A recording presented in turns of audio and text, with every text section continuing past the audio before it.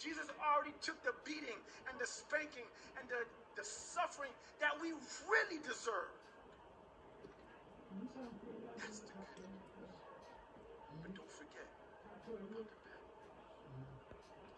The bad news of afflictions. The bad news of following Jesus Christ is that persecutions happen. Matthew 5, verse 11. Another bad news is persecution. Yon lot bagay qui pas douce avec les gens l'évangile là. C'est pas seulement bon Dieu qu'on calme les moun yo avec châtiment, mais persécution vient font partie intégrale avec chrétien. Dans Matthieu 5, verset 11, il dit: heureux serez-vous lorsque vous outragera, qu'on vous persécutera et qu'on dira faussement de vous toutes sortes de mal à cause de moi. Blessed are you when people will revile you and speak wrongly of you because of me. That's the persecution part of our Christian life that sometimes we underlook. We see the gospel, the good news, the healings and the miracles and the blessings and the answered prayers. But the bad news is, tout ce qui veut vivre pieusement sera persécuté. All those who wish to live godly lives will be persecuted. Persecution is part of the package. If you read the fine print in the gospel, now maybe for us in the western part of the world, maybe for us who are maybe more fortunate in America, we are so immune or we're not fully aware of the persecution that exists in the world. And it's relative. Souffrance yon moun, peut-être pas même souffrance que par là, mais tout le monde a une souffrance quand même, tout le monde a une persécution quand même. But peut-être ici, à nous venir trop confortable, d'oublier que persécution lui fait partie de la vie chrétienne. The early church, as a matter of fact, to be a Christian in the early church, for a lot of it, was a death sentence. Pour mettre à genoux, pour confesser que Jésus c'est Christ et Seigneur Sauveur, c'est un coup où prendre tête. Dans le commencement de l'église là, dans l'église primitive là, tellement persécution est un bagage normal à cause de son nom. And so we have to embrace that part, and persecution is the demonic hate. C'est complot diable là. C'est diable là qui raille le monde que bon Dieu choisit. Et il fait quelques complots, il fait quelques mouvements, il fait quelques attaques pour réduire, pour détruire, pour voler la joie, pour voler tout ça qui est dans bon Dieu, pour empêcher, pour arriver, pour faire cette volonté bon Dieu. Tout bagage ça au compte. Persécution. All those things count as persecution, the plot of the enemy. That part, yes, you can blame the devil. Because the devil hates God's children. The devil hates Israel. The devil hates the church. The devil hates the servants of God. The devil hates you if you profess to be a believer in Jesus Christ. And more importantly, if you're living it. And so the bad news is persecution will be a part of your life. We have to embrace it. And we've said a lot of times that God doesn't put more on you than you can bear. I personally don't believe that. I believe that God allows you to have more than you can bear so that He can carry it. Je pense que bon Dieu lui-même qui dit quelquefois situation, complot, persécution, dépasser capacité, c'est parce que c'est non point ça que force doit répondre nous. Venez à moi, vous tous qui êtes fatigués et chargés, qui ça, et je vous donnerai du repos. Come to me, all who are weary and heavy laden, and I will give you rest. So He does allow more than you can bear, but it's because you should be giving it back to Him. God, I can't handle this situation, so you take over. And the problem is we're trying to bear it when God says, give it to me. I will give you rest. And not only is that good news, but the further good news is the power that comes from persecution. The bad news is there's persecution. The bad news is you're going to have haters. The bad news is the devil's going to hate you. The bad news is you might get... That's the bad news. But the good news is that God is there with you. The good news is that God will carry the burden with you. The good news and the even better news is that persecution produces power. Persecution produces power. Persécution, il finit, il fait produire une puissance que vous-même ou pas même connaissez. Ou pas ouais plus Satan persécuter l'église là qui sacrifie. C'est plus l'église là qui finit, il monte, il envahit Jérusalem, il envahit mon nom jusqu'à ce qu'en 2020, nous-mêmes haïtiens, non pays juste dans l'ouest là, prêcher l'évangile là. Parce que si persécution est empêché, tu as empêché déjà. Si persecution qui t'a fini, c'est qu'à finir avec, il t'a fini avec déjà. If persecution could stop you, if your haters could stop you, they would have stopped you already. But actually for the Christian, the more haters you have, the more persecution you have, actually the more power you get. He says you will receive power. And to ignite the power, he allowed persecution to drop. My mother-in-law always uses this as an example. Christians are like tea bags. You drop them in heat, they give off their flavor. The more the heat turns up, the more flavor the tea has. Maman me dit ça. Il dit, plus vous mettez du gros chaud là-dedans, c'est plus thé à venir envahit gloire. C'est plus li envahit zone li. C'est plus li envahit situation. C'est même gens avec ou même avec même. Là nous non bon Dieu. Persécution pas qu'à empêcher ou. Persécution pas qu'à détruire ou. Mais plus persécution à venir, plus chalet la vie à venir. C'est plus puissance pour Dieu combat ou. C'est plus puissance pour Dieu déployer dans nous-mêmes. Situation ça yo. C'est pas là pour décourager. C'est même pour, c'est là pour jouer une puissance ou. This is the time to receive your power, to activate it, to walk in your faith, to not be discouraged. It says in 2 Corinthians 10, c'est pourquoi je me plais. 2 Corinthians 12, verse 10. 2 Corinthiens 12, verset 10. C'est pourquoi je me plais dans les faiblesses, dans les outrages, dans les calamités, dans les persécutions, dans les détresses, pour Christ. Car quand je suis faible, c'est alors que je suis fort. I glory in all these things. I glory in hardship. I glory in persecution. I glory in my haters. I glory in all those things because when I'm weak, that's when I'm strong because of him. The good news and the bad news. The bad news is persecution happens. But the good news is it produces power. It produces deeper good news is it produces power. It produces a deeper connection with God that activates you. Mais la douce avec l'évangile, là, c'est les calamities. In Luke chapter 13, verses 1 through 5, it says, I'll read it in French. En ce même temps, quelques personnes qui se trouvaient là rencontraient à Jésus ceux qui étaient arrivés des Galiléens dont Pilate avait mêlé le sang avec celui de leur sacrifice. Il leur répondit, croyez-vous que ces Galiléens fussent de plus grands pécheurs que tous les autres Galiléens parce qu'ils sont souffert de la sorte?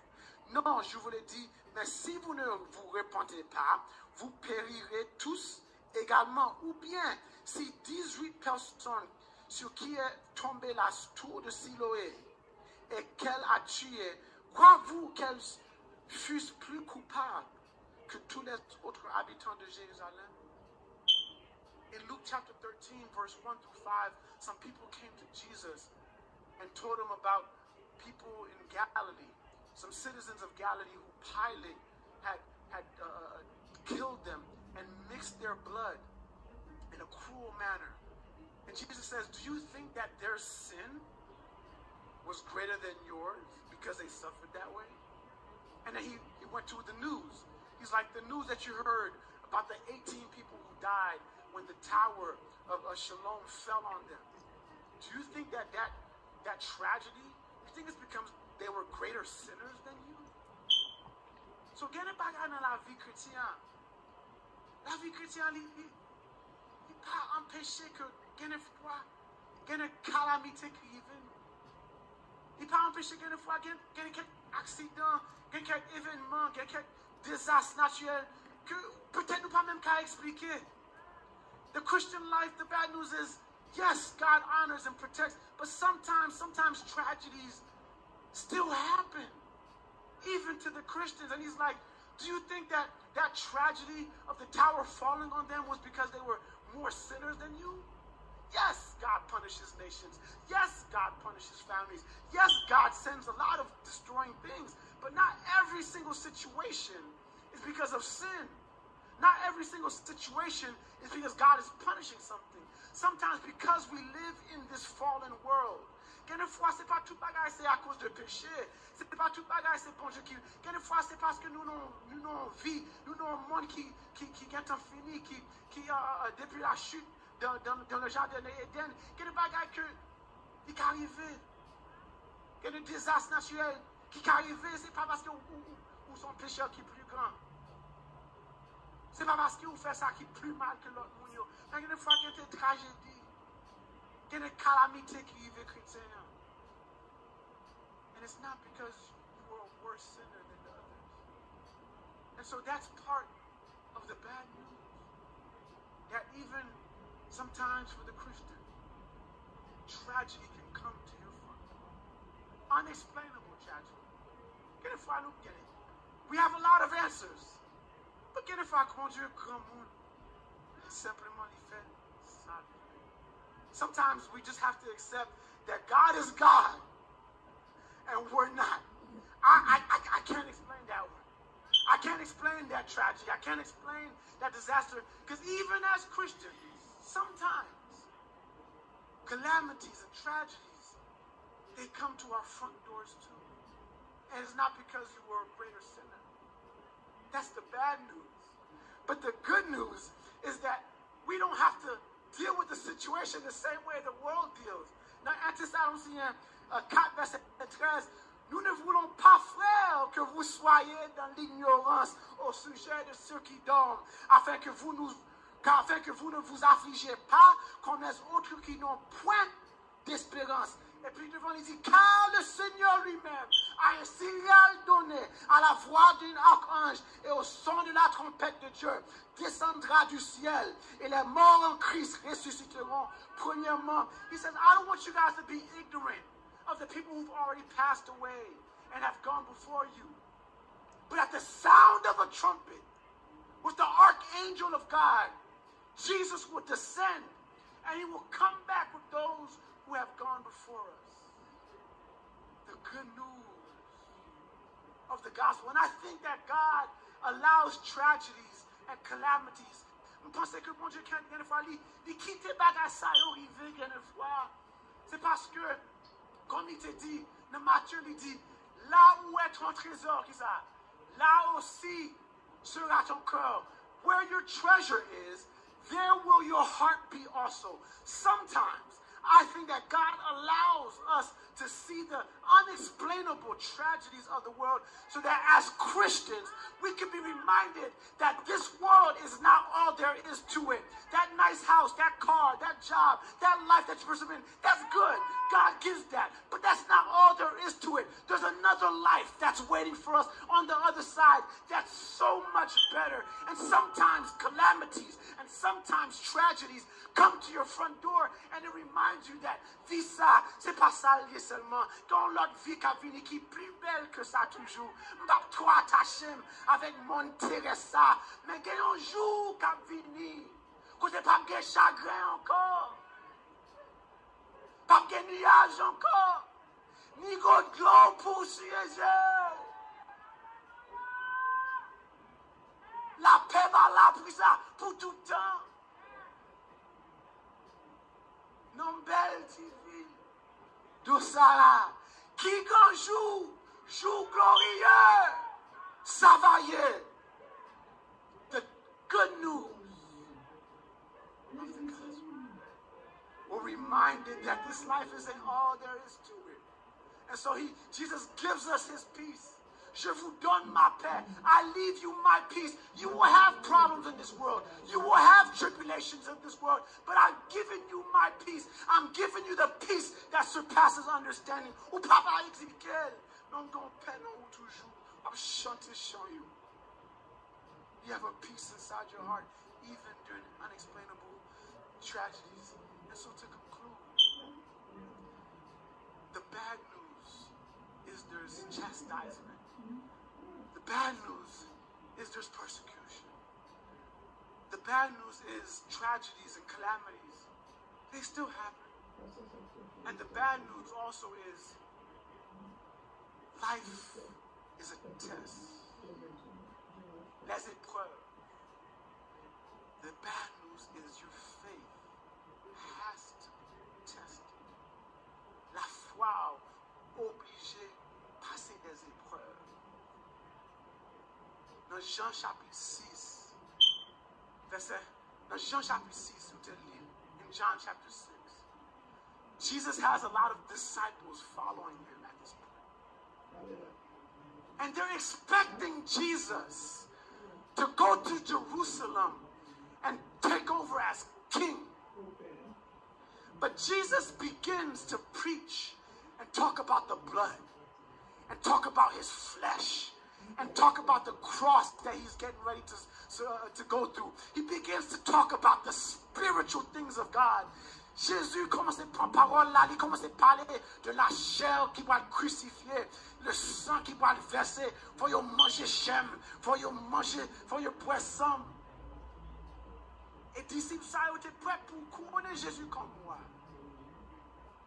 Et il dit, dans Jean chapitre 6, que après Jésus finit dit parole ça, il y a plusieurs disciples qui vivent d'eau, calé. Parce que l'amour devient éprouvé et au pas de passer. Their love for Jesus was tested. Jesus says, you're expecting me to become a physical king in Jerusalem now. But what happens when I don't do what you expect me to do? Quelle est l'épreuve de la vie? Qui j'en réagit? Qui j'en nous pas réagir? Les bon Dieu pas faire ça ou tu expectes lui pour faire. How are you going to act when things don't go according to your plan and your purpose?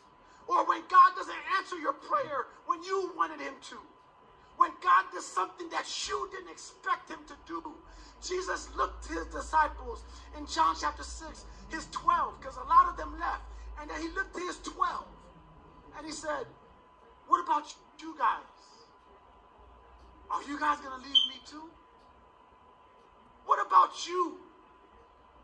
When God surprises you, when things don't go according to plan, when God's answer to your prayer was no, when calamity came to your doorstep, when persecution came to your doorstep, when chastisement was beating upon you, God looks at us and says, what about you? Are you going to leave me now too?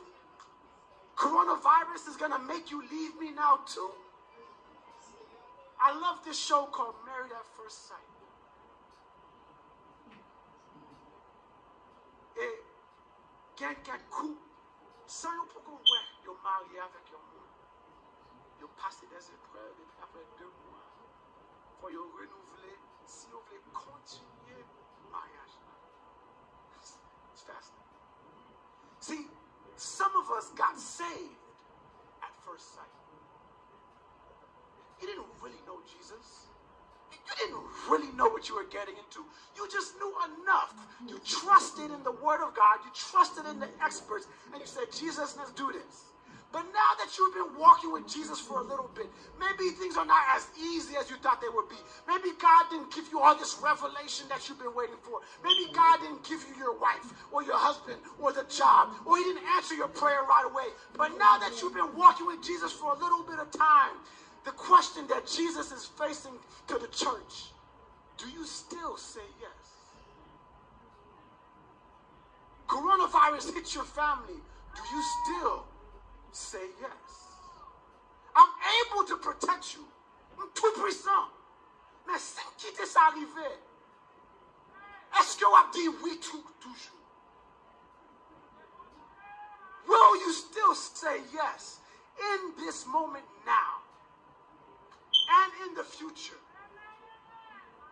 Will your heart, your mind, your soul still say yes? Jesus, you can spend. You can allow tragedy to happen. Persecution can come. L'orage m'est mauvais. L'orage m'est contre. M'pas déplacé. My soul says yes. You didn't answer my prayer the way I wanted you to. But I still say yes, Jesus. Like Peter said, Lord, where will I go? You have the words for eternal life. Seigneur, côté m'boile, c'est vous-même qui avez le mot de la vie éternelle. Même les tragédies frappent, même les calamités frappent, même les persécutions frappent, même les châtiments frappent. M'pas faut pas, m'dis oui Jésus, m'dis oui Jésus, parce que m'connais qu'un jour qu'a fini. Et qu'un jour ça va y aller. Mais m'a rencontré Jésus. God the figil, lui-même qui sauve par grâce, alléluia.